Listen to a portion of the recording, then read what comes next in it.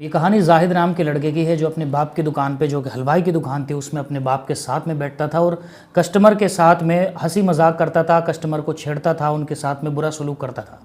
बाप कुछ सिखाने की गरज से उसको अपने साथ में दुकान पर बिठाता था क्योंकि वो पढ़ाई में निकम्मा था, लेकिन दुकान पर आकर के भी वो लगातार अपने बाप के नाम डुबाने का ही सबब बनता था। वो कस्टमर के साथ में अच्छा सलूक नहीं करता था, बल्कि हद तो उस वक्त हो जाती थी जब रास्ते से रोज़ाना गुजरने वाला एक नाबीना, एक बूढ़ा जब सामने से गुजरता था तो ये उसको भी सताता था और उस पर भी ये फप्तियाँ कसता था और उस पर भी ये ताने कसा करता था। वो बेचारा सारे ताने सुनता हुआ और दिल ही दिल में अपने आप को ज़ख्मी करता हुआ वहाँ से गुजर जाता था। लोग उससे मना करते थे कि कम से कम तू इसको बख्श दे, इसको मत सता। बाप भी अपने इस नालायक बेटे को बार बार समझाता था, लेकिन ये बाज नहीं आता था।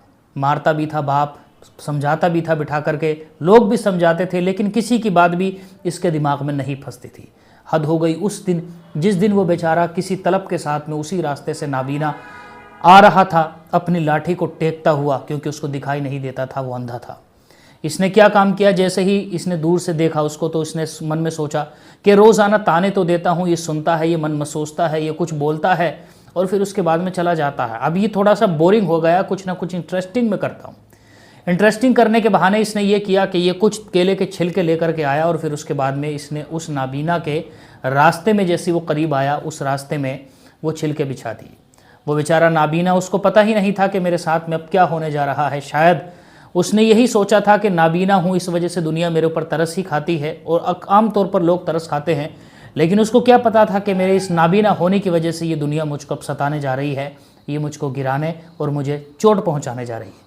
वो नाबीना बेचारा धीरे धीरे कदम बढ़ाता हुआ, लाठी टेकता हुआ आगे आया और आखिरकार उस जगह पर पहुँचा जहाँ पर इसने उन केले के छिलकों को बिछा रखा था।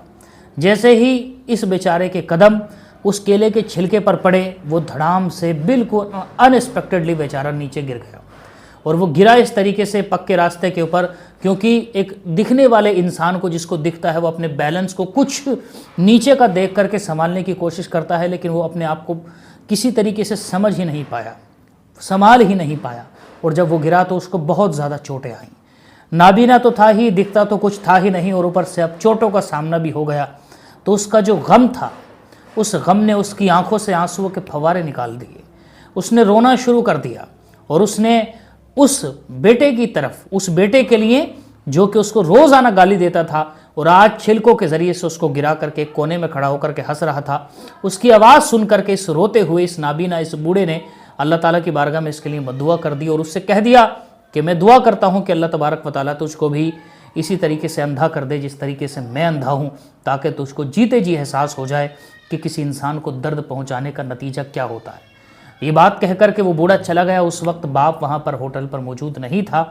बाप को जब बाद में इस बात का पता चला तो बाप ने अपने बेटे को बहुत डांटा और बहुत मारा भी और उसको बहुत समझाया भी, लेकिन वो बेटा बाज नहीं आया। आखिरकार हुआ ये कि उस नाबीना ने उस रास्ते पर आना छोड़ दिया और देखते ही देखते कुछ दिनों के बाद में इस बाप का साया भी इस बेटे के सर से उठ गया। बाप चला गया, नाबीना ने भी उस रास्ते से आना छोड़ दिया था। अब अचानक से बाप के मरने के बाद में सारी जिम्मेदारियां इस बेटे के ऊपर आन पड़ी।